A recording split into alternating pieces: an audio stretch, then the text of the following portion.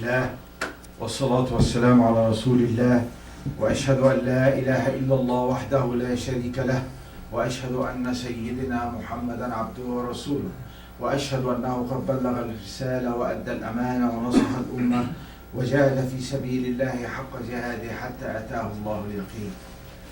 Inshallah, brothers and sisters, in the continuation of the series, the Muslim family and the Muslim home. We all know now that the purpose of the Muslim home is to develop the Muslim character. And I started to talk about the Muslim character.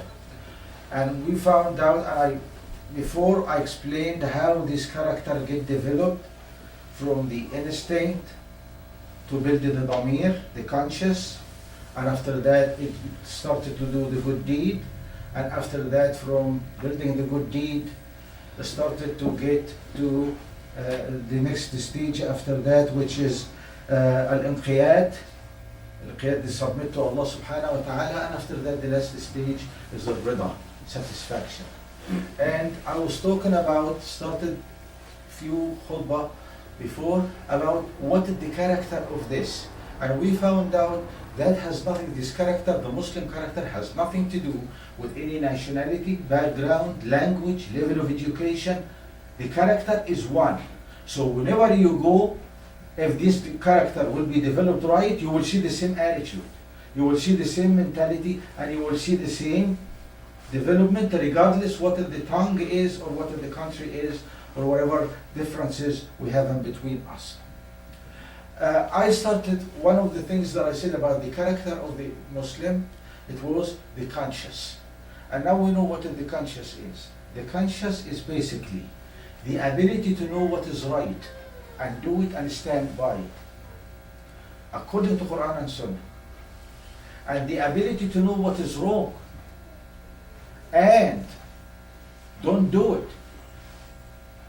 and resent it, fight against it, according to Quran and Sunnah. And also, part of the conscious is to have the state of zikr, that you are constantly God conscious, watching Allah subhanahu wa ta'ala. Is what I'm doing is right or wrong? You are keep the time, all the time, re-evaluating yourself, and the hope, raja. You have a hope in Allah subhanahu wa ta'ala acceptance.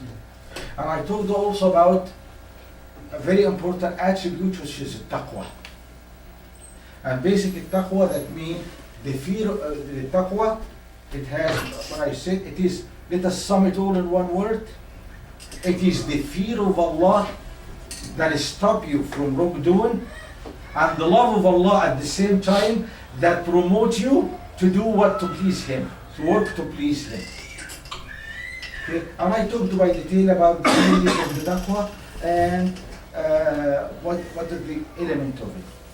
I started last week to talk about a third attribute, which is promoting good and fight evil.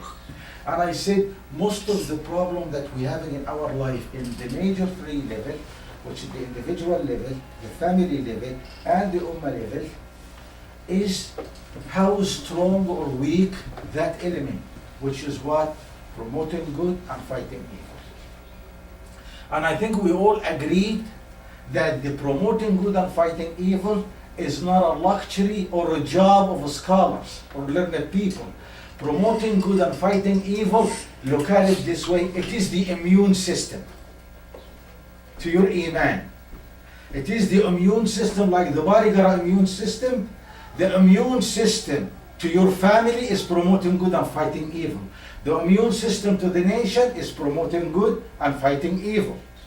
And I started to talk about what is good and what is evil, and I said it's going to take more than one khutbah.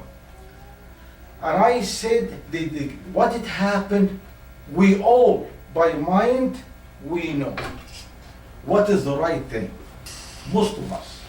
And I know, and I started to talk last week about where we stand between the message that we know, it tells us what we're supposed to know and to do, and our self or mind is it tell us what we want From my perspective, and I took by detail last week, I am number one. In the whole entire place here, every one of us is number one to yourself. Every one of us is Mr. Right or Mrs. Right. Everybody else, maybe they have it up because they are as much as intelligent or knowledgeable as me or as you. When you think, that is the taghut itself. Part of the things, we have a shirk, we have a kufr, we have hypocrisy. There is a part, it's called ibadat al-tawaghit, worship deity. When you started to worship yourself, that is a part of it. أأنت تهدي من اتخذها إلهه هواه. Have you ever, you will be able to guide who really consider he worship himself. So going back, we said that the mind, any mind of us, have a certain function. He is telling you what is the good for you, and he is trying to protect you, right? And help you to select what it can be pleasure to you or it can be satisfying to you. And we found out that I cannot do that without violating anybody else's right. What does the mind say? When I go to a shopping center and pick up something and leave, that is the best thing that I can do. Why? I got what I want with less expense. Or in this case, no expense. But by doing that, I violate somebody else's right. And that's called stealing. And after that, we found out that the mind started to do what? It started to give explanation to what happened and give a justification to the behavior. Once you have the justification, you will never correct your mistakes. You will keep going, do it. And you hear that a lot. Everybody is doing it. Look at this. Why you don't pick on me? And all of that stuff. What is the next stage? Get used to it. Automatically, you already killed or drugged your conscience, so you keep on going. Doing it. The worst is the stage after that, when somebody comes to wake you up, you will viciously fight them back. And this is maybe can give explanation why. Messengers and prophets and Salihin, when they talk, and instead of the people accept what they say, they do what? Attack them. Because they are waking you up. They never came and asked you for money or glory or power or taking any pure property or position or anything. He's saying, Ya qawm a'budullah ma lakum min ilahin ghayr. Oh people, only submit to Allah and live your life according to His law. Ma lakum min ilahin ghayr. That's what they say. Why they get all of this resentment? Why they get killed? To start with. They get abused because of that stage. Now we want to know the relationship between that mind and how we think, and I spoke about that by detail last week, and between the message. Between the message. And the message is coming to tell us, no, that is right, that's not what you think it is right. Right? Okay, and we found out one of the forms that we take is what? We're going to say, okay, listen man, what you're saying, I don't care if it is right or wrong. But it is very expensive. And I'm not going to do it. So that guy being informed, guys, this is very important. Being informed, understood, and took decisions. That's classified as a kafir. A kafir is the one who knows the truth and put a layer on the top of it. And this is why they call the farmer kafara. A seed. That means when he put the seed, he put the dirt on the top of it. That's the word the kafara means. So you have what? Committed blasphemy. We have somebody else who's going to say, okay, I understand and I hear what you're saying. Look, I really do understand. But listen, I have needs. Okay? I have needs. And in between, let us cut corners here. Let us negotiate. Let us negotiate, okay? And the mind gonna go, well, that's an old time things. That was good before, but it is not good now. All of this question, there is an answer to it. Allah sent it, the message to meet the human being nature, not the human being circumstances. Circumstances change every second, and He is ordering you. ordering you to change the environment and to change with it.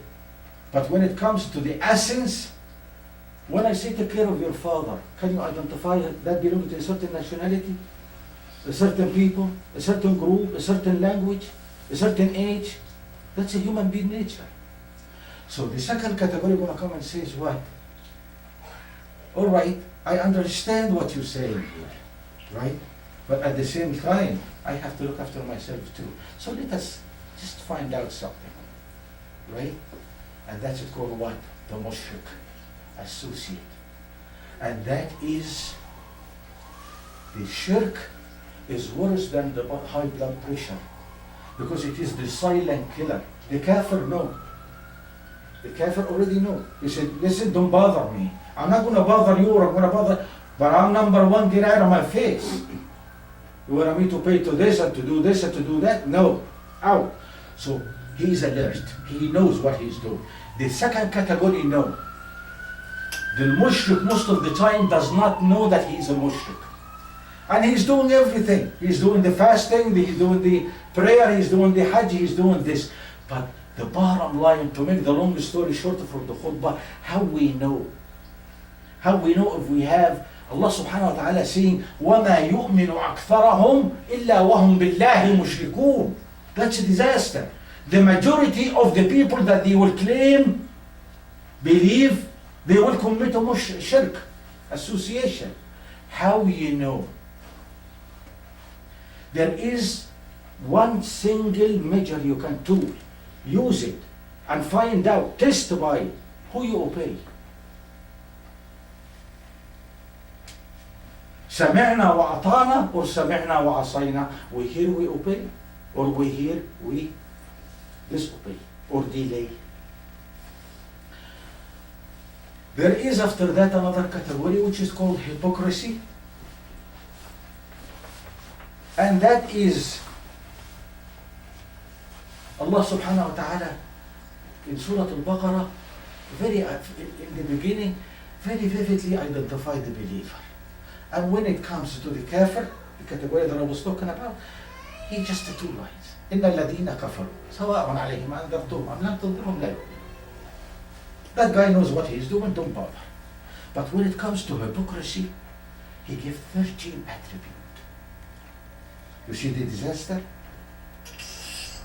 13 attributes. That means what? You have to watch what you are doing, because you can be right in it too. In category number 2, category number 3. So now when we come back to our issue, after having this very quick overview, when we talk about promoting good and fighting evil, which is the immune system, right?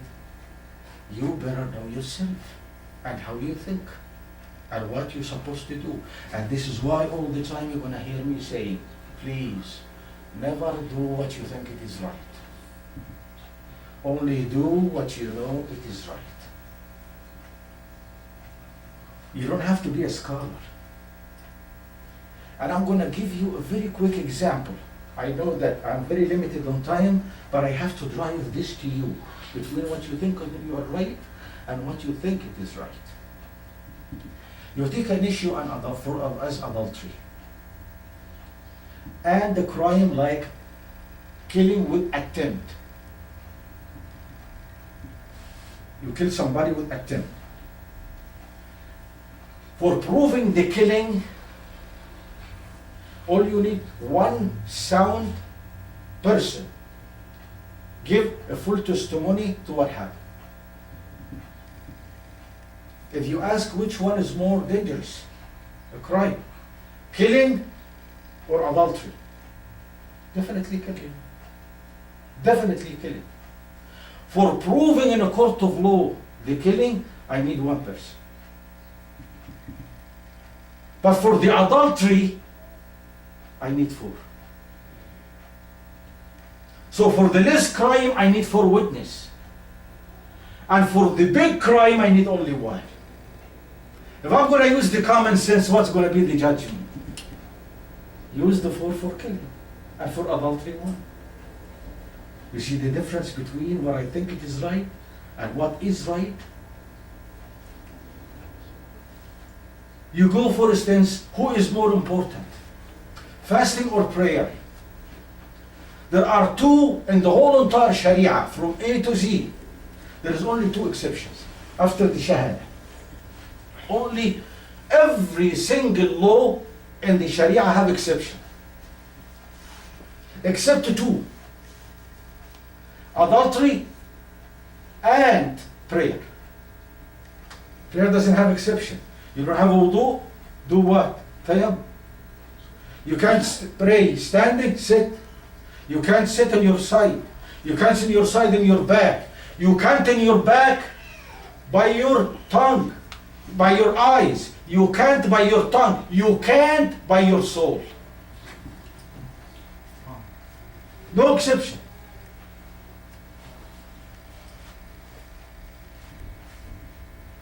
You compare this with another obligation, which is the fasting of the month of Ramadan. We know that the sister, they have a monthly period. When you take your mind, in that time they are exempted from fasting and prayer and reciting Quran and other things. But it makes sense when they come back. What is the more important, fasting or prayer? No, prayer, definitely. Prayer is more. So they're supposed to make up for what? The prayer. But they were commanded to make up for what? The fast. And not to make the prayer. If I'm going to use my common sense, what I'm going to do? I'm going to make up for the prayer, not for the fast. You see the value of following Sharia? And this is why I'm saying, please, never do what you think it is right. Only do what you know it is right. Allah subhanahu wa ta'ala and His Messenger said you make up for fasting. You make up for fasting. Don't make up for prayer. Don't make up for prayer. So now, all of these challenges that you're having to apply the message. So it is obvious when you come to promote good and fight evil, I'm going to tell you this. There is nothing easier that you go to one of those Islamic bookstores and have a good book in Sharia, one of the good ones, a wholesome one, right? And stay home for a couple of weeks and read them day and night and come out and point your finger to everybody. That's not promoting good and fighting evil. That never been and will never be. And remember, every time you point your finger to somebody, the second one coming right back at you. That means what? Promoting good and fighting evil is a mandatory requirement of every single soul. Sayyidina Muhammad alayhi salatu wasalam saying what? كلكم راع وكلكم مسؤول عن رعيته. Everyone is responsible. Immune system. مناعة. جهاز مناعة. Immune system. The first one, okay, remember this, I think most of us been in aeroplanes and they keep giving us an instruction just in case there is no gas, there is no oxygen or there is no air. What they say, don't help somebody else. First put the mask for yourself, and after that turn around and help your child or help whomever you want to help. But first do what? Help yourself. If you don't have it, you can't get it. If you can't help yourself, how are you going to help others? أتأمرون الناس بالبر وتنسون أنفسكم وأنتم تتلون الكتاب? That is easy to point my finger and come and tell you are wrong. There is nothing easier than that. But before you get to that, I'm telling you, there is a complete science for that. School of thoughts in doing that. It is not just pointing fingers. You have to look after number one. If you love yourself, have mercy on yourself. Make sure that what you are doing, promote good and fight evil to yourself. Look after yourself first. It is easy to spot other people, but it is harder to spot that yours. And Sayyidina Muhammad sallallahu alayhi wa sallam, he says, رجعنا من الجهاد الأصغر إلى الجهاد الأكبر. They were coming back from a war. They said, وما الجهاد الأكبر يا رسول الله؟ قال جهاد النفس وهواها. They were coming from a big war. Can you imagine coming out of it? And he says, we came from the small one to the big one. What is the big one? He said, what? Self-discipline and self-restraint to be on the straight path.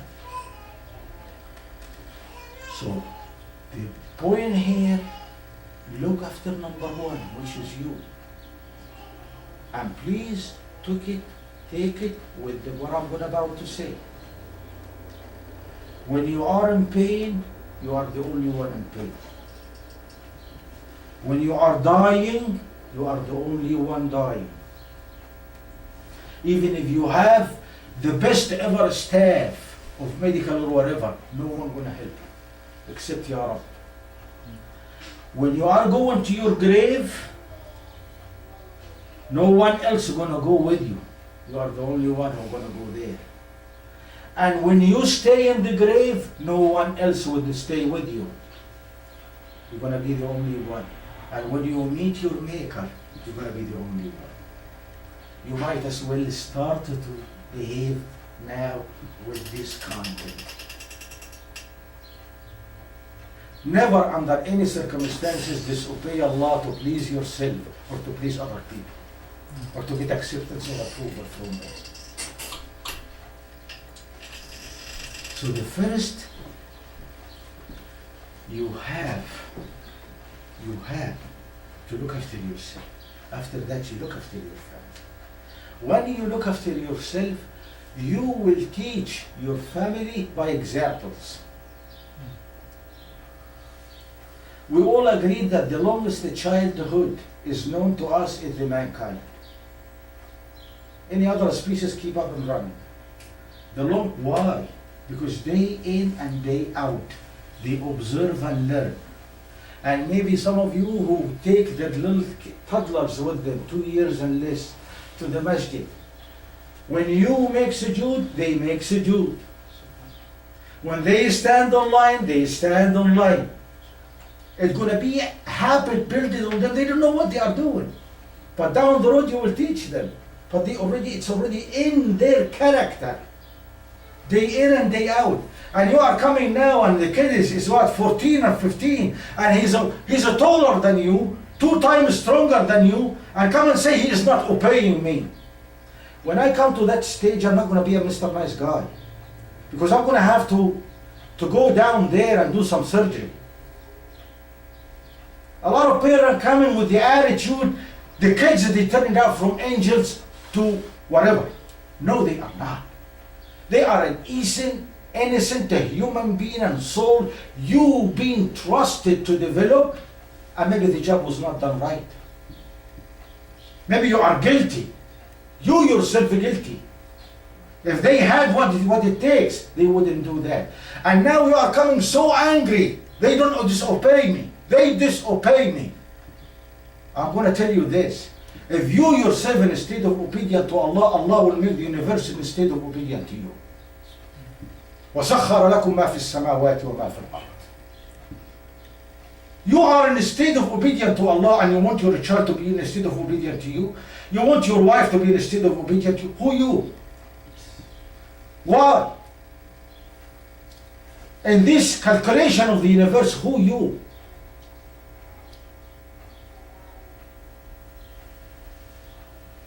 وَلَا تَكُونُوا كَالَّذِينَ نَسُوا اللَّهَ فَأَنْسَاهُمْ أَنفُسَهُم.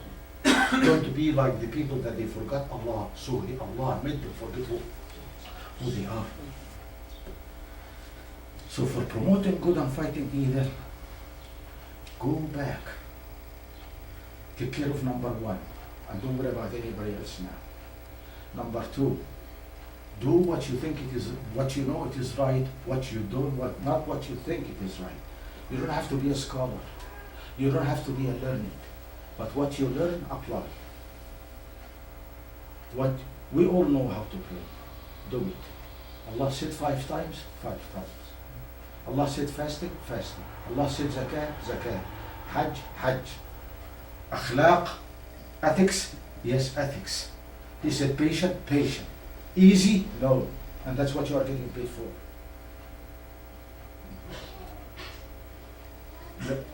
You have to select the right attitude.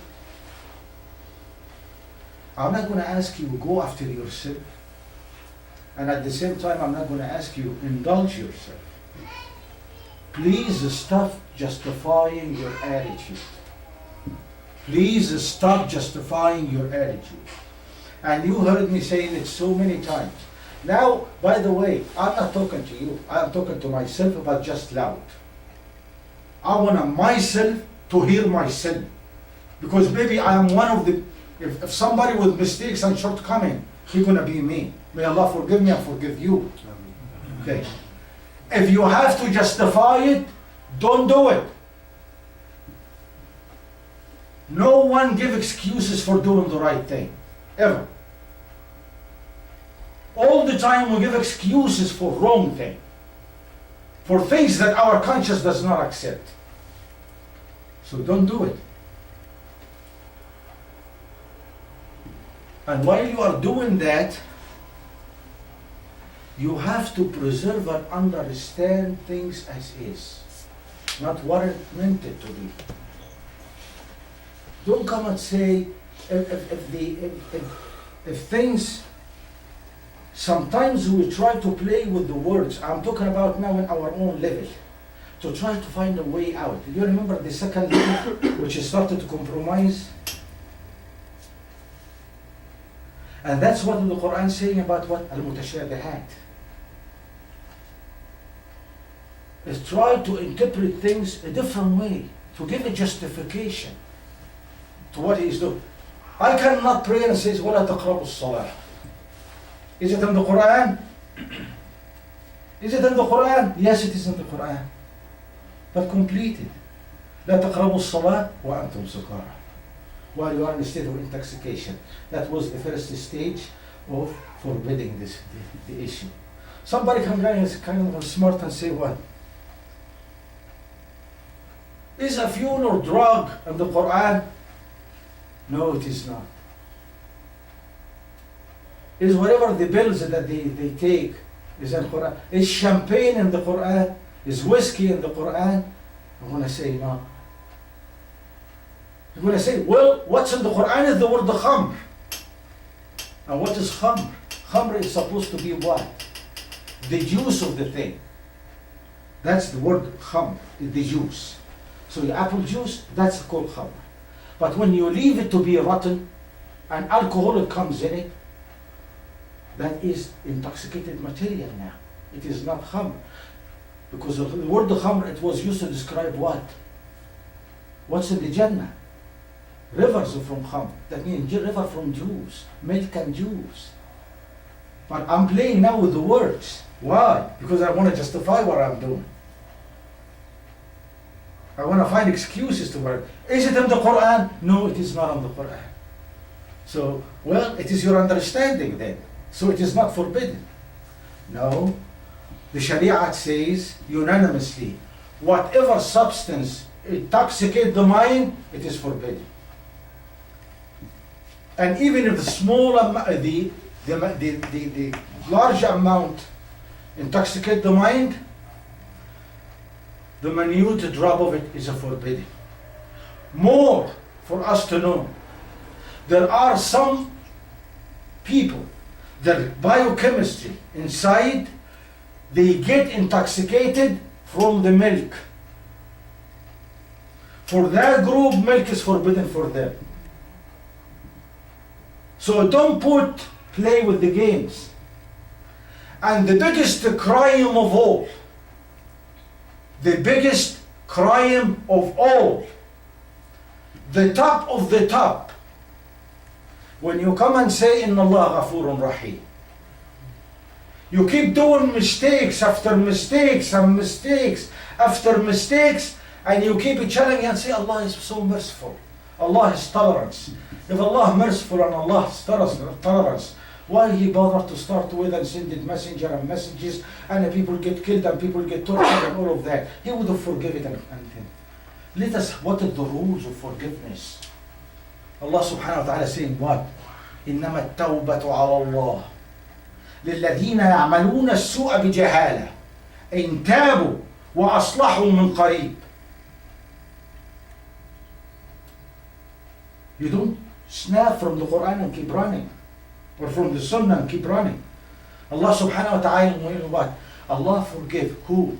الذين يعملون السوء, one, single, not السيئات, single. الذين يعملون السوء, one, بجهالة, misinformed or ignorant. He doesn't know. Doesn't know. الذين يعملون السوء بجهالة, when in تابوا. توبة. And first element of tawbah is what? Feel sorry for what you did. وأصلحوا, and they corrected what they did. They corrected and asked for forgiveness. وتابوا من قريب. Did they did that after a period of time? No. As soon as they realized that it is wrong, the correction process took place. تابوا وأصلحوا من قريب. But you keep doing everything, and you come and say, إن الله غفور رحيم. Do you know what Sayyidina Muhammad saying about that?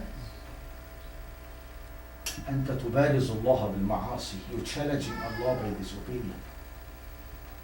المستهزئ بربك. You are mocking with Allah subhanahu wa ta'ala. And Allah subhanahu wa ta'ala saying, أفبالله وآياته تلعبون. If you read the Quran the way you read the Quran, sometimes you're not going to be able to breathe. Believe me when I say you're not going to be able to breathe.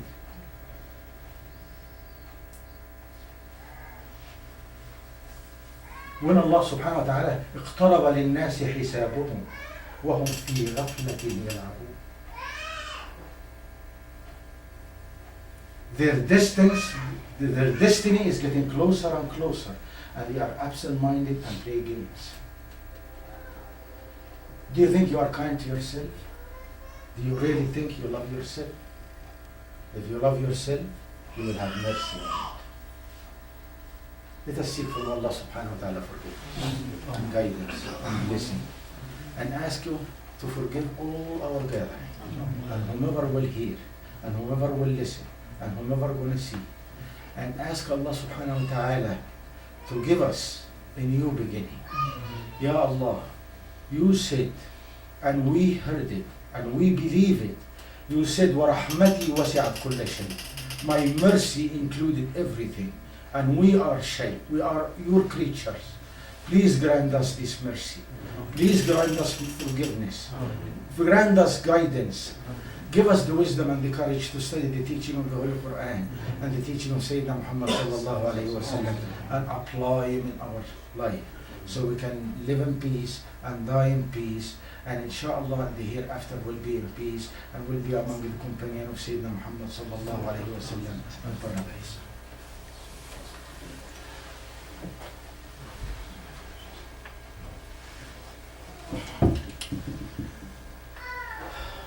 إن الحمد لله والصلاة والسلام على رسول الله وأشهد أن لا إله إلا الله وحده لا شريك له وأشهد أن سيدنا محمدا عبده ورسوله وأشهد أنه قد بلغ الرسالة وأدى الأمانة ونصح الأمة وجاهد في سبيل الله حق جهاده حتى أتاه اليقين. So the first thing in promoting good and fight evil, re-evaluate yourself. يا أيها الإنسان إنك كادح إلى ربك كدحا فملاقيه. You're gonna meet your maker, you're gonna beat your maker. I don't want to make the khutbah long, but I want to finish it with this.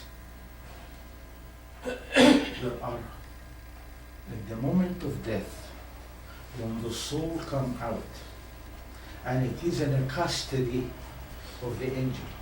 By the way, in your life cycle, the only time you have the liberation of move, liberation of say, you have a will to do, is in this life. That time. The minute that you are out, وَجَاءَتْ كُلُّ نَفْسٍ مَعَهَا سَائِقٌ وَشَهِيدٌ. You are under somebody else's control. Nothing. Nothing to say and nothing to do. Some لا تفتح لهم أبواب السماء. The gates of heaven will never be open for them. Back. And some, they will go from one stage to another. The minute that you pass to the first, there are 7 major quality assurance you're going to have to go through. And you think it is easy. I don't want to make you desperate, but at the same time, I want you to face reality. Sometimes we do a good deed because it makes us feel good. That's not acceptable from Allah. Maybe you passed, but you are going down. You're not going to pass the first quality assurance. You're not going to pass the second, the third, the fourth, the fifth, till the last level, in the 7th, when the angel will come and say, Ya Allah, your servant passed the 7. That means he worked for you, that he did the lawful, that he did this, that he did not take Bariyati. 7 categories that any deed you do will go through. It comes Allah subhanahu wa ta'ala saying, and the answer of Allah is going to be what? You judge it by what you know. I will judge by what I know. Okay, you witness that he did not do this, he did not do this, he did not do this, he did this for this, he did this for this, and he did, and maybe you were right. But only me who knew the attention why he did it. And today I am going to accept or reject. You see the challenge you and I having? You see what's ahead of us? I hope this one can be eye-opener. You passed everything. اتخذت على الله عهدا أم تقولون على الله ما لا تعلمون. You've been promised by Allah, or you say what you don't know. After all that, and we are all the time living in what do or not to do. But in reality, what you do will be accepted or not. Even in the last stage, Allah say, I know what was in the heart of my servant when he did it. Now to accept or to reject. And if Allah reject, what are you going to do? What is the universe going to do? ذلك هو الخسران المبين. اللهم ارحمنا من هذا. Let us seek from Allah forgiveness and guidance. And ask Allah subhanahu wa ta'ala to bless our gathering. Forgive all our sin, all our shortcomings, and give us a brand new start, a brand new beginning, where we really start to build our own conscience, and we start to promote good and fight evil to our own soul, and take the first step to do that by starting reading the Quran and reading the Sunnah of Sayyidina Muhammad sallallahu alayhi wa sallam, and applying what's in it, so we can live in peace and die in peace, and in the hereafter we'll be in peace inshallah, and among the companion of Sayyidina Muhammad sallallahu alayhi wa sallam in paradise. عباد الله قولوا لا إله إلا الله تفلحوا. عباد الله إن الله يأمر بالعدل والإحسان وإيتاء ذي القربى وينهى عن الفحشاء والمنكر والبغي يعظكم لعلكم تذكرون. اذكروا الله يذكركم ولذكر الله أكبر والله يعلم ما تصنعون. وأقم الصلاة.